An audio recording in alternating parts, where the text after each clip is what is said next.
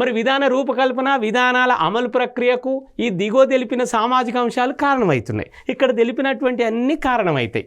విధానాలను తయారీ కాంచి మొదలు పెట్టుకుంటే ఆ ప్రక్రియ policy process, the making of policy, next policy implementation, next policy process, ఇలాంటి అంశాల మీద మనము ఇప్పుడు నేర్చుకుందాం. ఒకటి మతం, అంటే రిలీజియన్ ప్రభావం ఉంటుంది. ఒక పాలసీ తయారు చేస్తున్నారంటే దాని మీద మత ప్రభావం ఉంటుంది, రిలీజియన్. రెండోది కులము,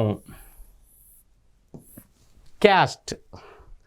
ఒకటి రిలీజియన్ మతం, రెండు క్యాస్ట్ కులం, మూడు ఫ్యామిలీ కుటుంబం. కుటుంబం యొక్క ప్రభావం కూడా ఉంటుంది. మతం, కులం, కుటుంబం. నాలుగోది మరి ఎడ్యుకేషన్ ఆ లెవెల్, అంటే విద్యాస్థాయి.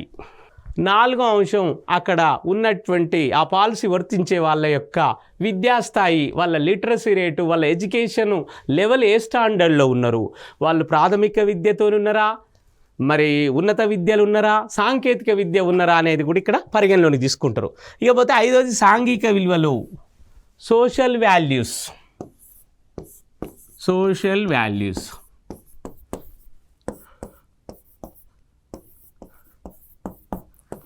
నెక్స్ట్ సార్వజనీనత, అంటే ఇది అందరికీ వర్తిస్తుందా, మళ్ళీ కొద్దిమంది ప్రయోజనాలకైనా. యూనివర్సాలిటీ.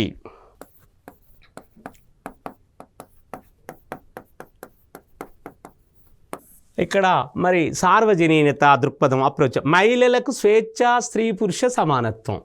మరి ఫిమేల్కు ఎట్లుంది అంటే స్త్రీలకు సరైనటువంటి లిబర్టీ ఉందా, స్వేచ్ఛ ఉందా అనేది ఇక్కడ ముఖ్యం. స్త్రీలకు స్వేచ్ఛ, స్త్రీ పురుష సమానత్వం.